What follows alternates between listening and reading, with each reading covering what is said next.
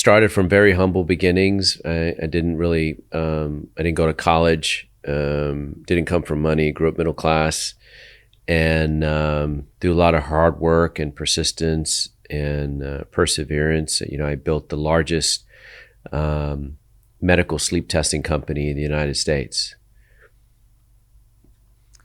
So today, being an entrepreneur is kind of like being the new rock star. I think a lot of young men and teenagers, they've decided everybody's an entrepreneur these days. Everybody. Yeah. When you got into it, obviously also medical sleep testing, not necessarily the sexiest industry that people might think to go into starting from scratch. What was your journey to get to that point, like from school onwards? I've always been a healthcare entrepreneur, and, somebody had sent me an email about a medical sleep testing device back in 2011. And I thought that I could really build a business around that, knowing that healthcare was pushing in a direction of more stuff being done at home. So you can see, these days with all the Fitbits and the Whoops and all the stuff going on, everybody wants to try to diagnose as much as you can at home, or, avoid having to go to a clinic or a hospital or whatever, just to save time. And so I thought that, I kind of went all in and said, okay, I think that the sleep industry is going to really push towards being testing for sleep apnea. I don't know if you know what sleep apnea is, but it's when you can't breathe at night for 10 seconds or more.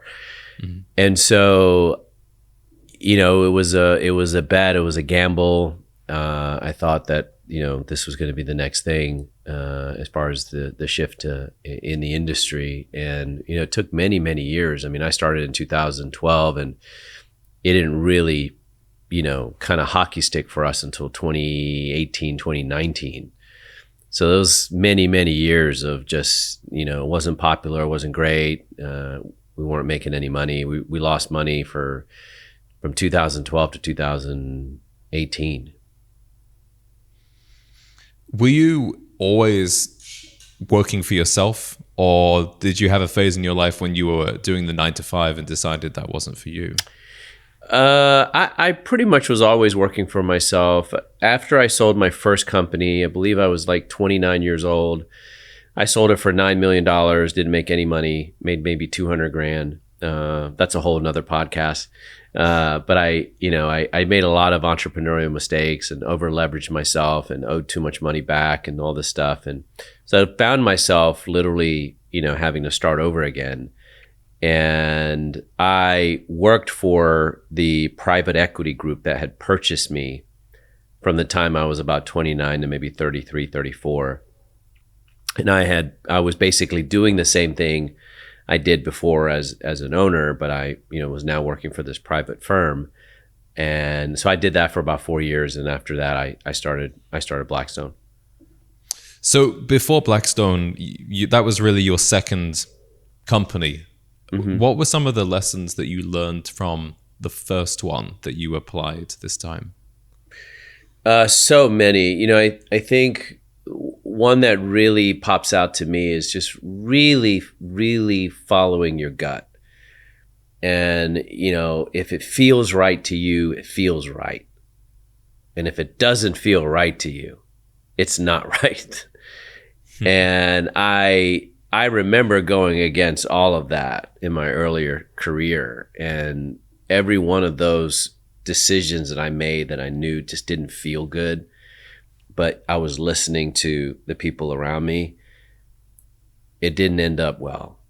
And so for me, that was probably one of the biggest takeaways, when I started my second company was, look, if I fail, I fail, but I want to fail knowing that every decision I made felt right. For a young man who's in business, it can feel hard to strike the balance between a healthy attitude toward risk and, as you say, over leveraging yourself. Mm-hmm. Having been through that and also seen people that have done probably both ends of those extremes, what advice do you have for actually finding that right appetite and balance of risk and belief in yourself? Well, James, I think, there's this idea that entrepreneurs are very risky, and I would kind of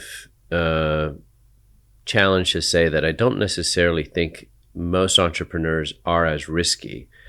I think that most entrepreneurs take a very calculated approach to things, much like a bank would, like, is there a market opportunity? Do you have a competitive advantage? Do you have a patent? Do you not? What's the service level? What's the product offering? What are you selling? All of those things, is it scalable? Is it not scalable? All of those things kind of go into an entrepreneur's head as it relates to, okay, I'm going to now kind of go all in on this venture. I think that most entrepreneurs do that. Okay, now obviously you have your entrepreneurs that they wing it. But most savvy entrepreneurs, I wouldn't say are as risk, adverse. Like they're risk adverse in the sense that, they don't want to take an unnecessary risk. So I think it's more calculated, number one. Number two, I think that the entrepreneurs that are successful, that take the calculated risk, they have to be comfortable with ambiguity, because you don't know what's going to happen and you don't know what you don't know. So you got to be really comfortable with just not knowing if you're going to make it, if you're going to get the contract or not, if you can make payroll, if that's going to happen or this is going to happen. There's so much ambiguity.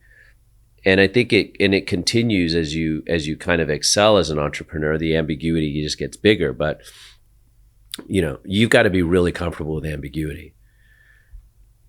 How closely related would you say your personal finances and your personal lifestyle are with the success of the business in the early stages? What do you mean? Like? Well, I feel like on social media today, we see quite a disregard for personal finances among entrepreneurs. You see 21-year-olds buying Rolexes and driving Lambos, whereas when I talk to older business people, they would say, I was driving a Honda till I was 40 and I sold my company. Yeah, I think the access to stuff is just easier these days. Getting a Lamborghini is easier today than it was probably 10 years ago. Number one. Number two, I think that, most entrepreneurs are, they're feeling this pressure that they've got to make $1 million a month. It's all social media driven. It's like, unless you're a billionaire and you got a plane, you're absolutely worthless, right? That's the message. If you're not a billionaire and you don't have a plane, everybody's a billionaire these days. It's hilarious. But, unless you're a billionaire and you got a plane, you're a worthless human being, right? You're worthless. You're a worthless human being. If you're making $1 million a month, or if you're making $100,000 a month, you're barely cutting it, in social media. And so I think you've got a lot of entrepreneurs these days, and it's really tough. Is they're feeling this pressure of like, man, I've got to show up here. I got to have my Lambo, and I got to have my Rolex, and I got to be flying private and all this stuff. And that's just the wrong way to go about it. Number one, like you can't give into the peer pressure of social media telling you need to have this or you're worthless. If you're enjoying this podcast, you will love the Gentleman's Digest. This is our weekly newsletter sent straight to your inbox, packed with insights and recommendations. You'll find the link to become a reader in the description.